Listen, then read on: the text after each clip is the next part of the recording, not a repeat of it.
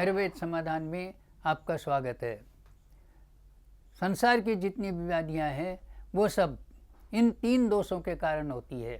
वात पित्त कफ के कारण ही सारे रोग होते हैं। वात पित्त और कफ ये तीनों अगर शरीर में संतुलित अवस्था में हैं तो आप स्वस्थ हैं। अगर इनमें से किसी का भी संतुलन बिगड़ा तो रोग उत्पन्न होने लगते हैं। इसी वजह से इन्हें दोष कहा गया है।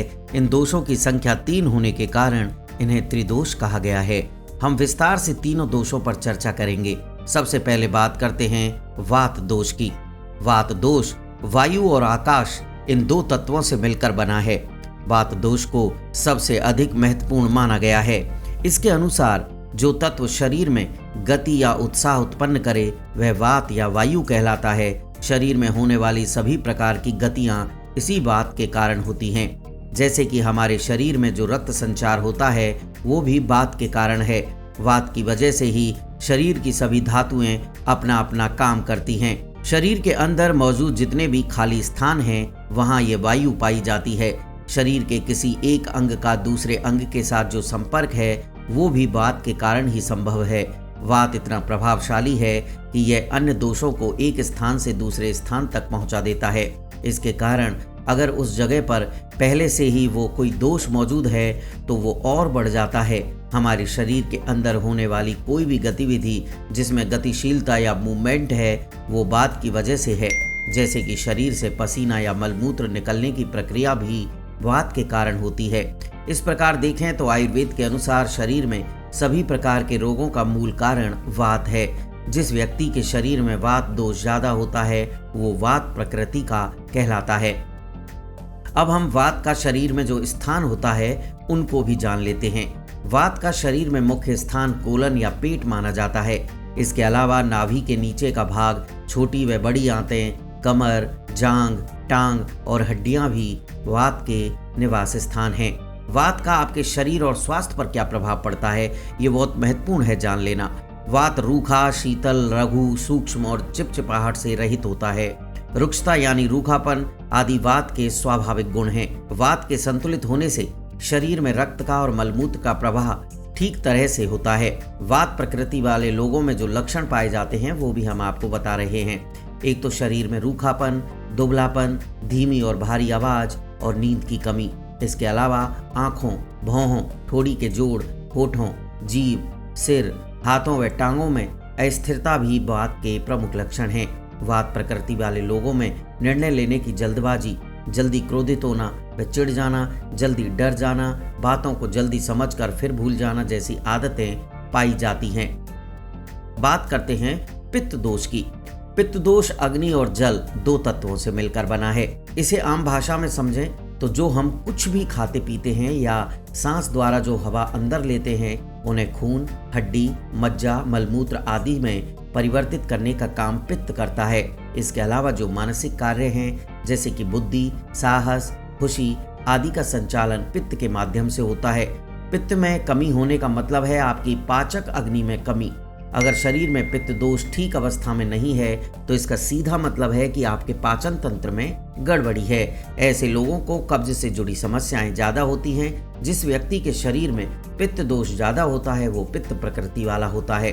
पित्त का शरीर में जो स्थान होता है वो पेट और छोटी आंत है। इसके अलावा छाती और नाभि का मध्य भाग, पसीना, लिम्फ, खून, पाचन तंत्र व मूत्र संस्थान भी पित्त के स्थान हैं। पित्त का आपके शरीर पर क्या प्रभाव पड़ता है वो भी देख लीजिए। वात की तरह ही पित्त दोष का भी शरीर के स्वास्थ्य और स्वभाव पर बहुत प्रभाव पड़ता है। पित्त का मुख्य गुण है अग्नि। पित्त के संतुलन होने से पेट और आंत से जुड़ी गतिविधि ठीक तरह से होती है। गर्मी ना बर्दाश्त कर पाना, शरीर का कोमल और स्वच्छ होना, त्वचा पर भूरे धब्बे, बालों का जल्दी सफेद होना आदि पित्त के लक्षण हैं। इसका एक गुण तरल भी है जिसकी वजह से मांसपेशियों और हड्डी के जोड़ों में ढीलापन, पसीना, मल और मूत्र का अधिक मात्रा में बाहर निकलने जैसे लक्षण होते हैं। शरीर के अंगों से तेज बदबू आना भी पित्त के कारण होता है। बात करते हैं कफ दोष की। कफ दोष पृथ्वी और जल 2 तत्वों से मिलकर बना है। दोषों के महत्व और क्रम के अनुसार कफ तीसरे स्थान पर आता है। कफ दोष शरीर के सभी अंगों का पोषण करता है और बाकी दोनों दोषों वात और पित्त को भी नियमित करता है। हमारी मानसिक और शारीरिक काम करने की क्षमता, रोग प्रतिरोधक क्षमता, काम शक्ति, धैर्य, क्षमा और ज्ञान आदि कफ के गुण हैं। कफ में मौजूद तमोभाव ही नींद का प्रमुख कारण है।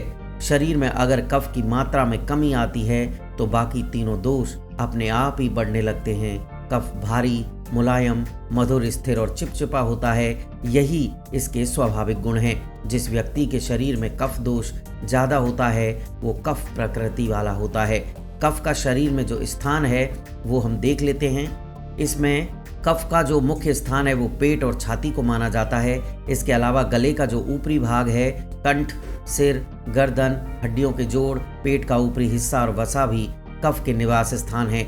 कफ का आपके शरीर और स्वास्थ्य पर क्या प्रभाव पड़ता है देख लीजिए। कफ प्रकृति वाले लोगों में निम्नलिखित लक्षण पाए जाते हैं, जैसे कि इनकी चाल स्थिर और गंभीर होती है, भूख, प्यास और गर्मी कम लगना, पसीना कम आना, शरीर में वीर्य की अधिकता, जोड़ों में मजबूती और स्थिरता, शरीर में गठीलापन और शारीरिक अंगों में चिकनाहट इसके प्रमुख लक्षण हैं। इसके अलावा कफ प्रकृति वाले लोग सुंदर, खुशमिजाज, कोमल और गोरे रंग के होते हैं। ये हमने आपको त्रिदोष के प्रकार बताए, तीनों दोषों के बारे में विस्तार से बताया। अब हमारे वैद्य जी आपको बताएंगे कि आखिर तीनों दोषों को कैसे हम सामंजस्य स्थापित कर सकते हैं, तीनों दोषों में सामंजस्य स्थापित करके अपने शरीर को स्वस्थ कैसे बना सकते हैं, और आयुर्वेद में कौन कौन सी ऐसी दवाएं हैं जो आपके तीनों दोषों को ठीक कर सकती हैं। चलिए वैद्य जी से जानते हैं। आयुर्वेद में वात के समाधान के लिए तेल और पित्त के समाधान के लिए घी और कफ के समाधान के लिए शहद का उपयोग बताया गया है। ये सूक्ष्म रूप में ये बताया गया है। यदि इन सब चीज़ों को हम इस्तेमाल करते रहेंगे तो हम सब इन्हीं चीज़ों से, इन रोगों से बचते रहेंगे। इसके अलावा अपनी दिनचर्या में भी सुधार करें, समय पर उठें और समय पर सोएं, समय पर आप अपनी सक्रियता रखें, समय पर आहार लें, वो सब रोगों को शांत करता है, इसलिए समय पर भोजन लें। इसके अलावा बहुत सारी चीज़ें ऐसी हैं जो तीनों दोषों का, जिसमें किसी प्रकार का विचार करने की आवश्यकता नहीं है, वो तीनों दोषों को समन करती हैं। और उसमें सबसे पहले मैं गुडुचि का नाम लूँगा, गिलोय जिसको बोलते हैं। इसकी क्वाथ भी, इसके स्वरस भी और इसकी गोलियाँ भी सब मार्केट में उपलब्ध होती हैं। इसकी 2-2 गोली दिन में 3 टाइम लेने से आप इस प्रकार की सभी जो वात पित्त कफ दोष के कारण से जो भी रोग होते हैं उन सब का समाधान हो जाता है। इसी प्रकार आंवला एक चीज़ है, आंवला भी आपको त्रिदोष का समन करता है, इसलिए आंवले का मुरब्बा भी आता है, आंवले के च्यवनप्राश वगैरह भी बनते हैं, आंवले की टैबलेट भी आती है, आंवले के कैप्सूल भी आते हैं, आंवले का चूर्ण भी आता है, आमल की रसायन एक चूर्ण आता है, वो इसका कंसंट्रेट आंवले का चूर्ण है। इसलिए आप उसको 1-1 चम्मच दिन में 2 बार मिश्री मिला करके पानी के साथ में ले सकते हैं। इसी प्रकार आंवले के अलावा मधुयष्टि एक ऐसी चीज़ है, ये भी आप 1-1 चम्मच, मुलेठी जिसको कहते हैं, इसकी 1-1 चम्मच इसका चूर्ण दिन में 2 बार दूध के साथ लेने से त्रिदोषों का समन होता है। हरड़े एक ऐसी चीज़ है, ये भी त्रिदोष को नाश करती है। हरड़े की गोलियां भी आती हैं, हरड़े के अवलेह भी आता है, हरड़े के चूर्ण और हरड़े की सभी चीज़ें आज मार्केट में उपलब्ध है। ब्राह्म रसायन नाम की एक दवा है, उसमें पर्याप्त मात्रा में हरड़े होती है, वो 1-1 चम्मच दिन में 2 बार लेने से आपका त्रिदोष का समन हो जाता है। आंवले का बने हुआ धात्री रसायन च्यवनप्राश, ये भी मार्केट में उपलब्ध है, 1-1 चम्मच दिन में 2 बार ले सकते हैं।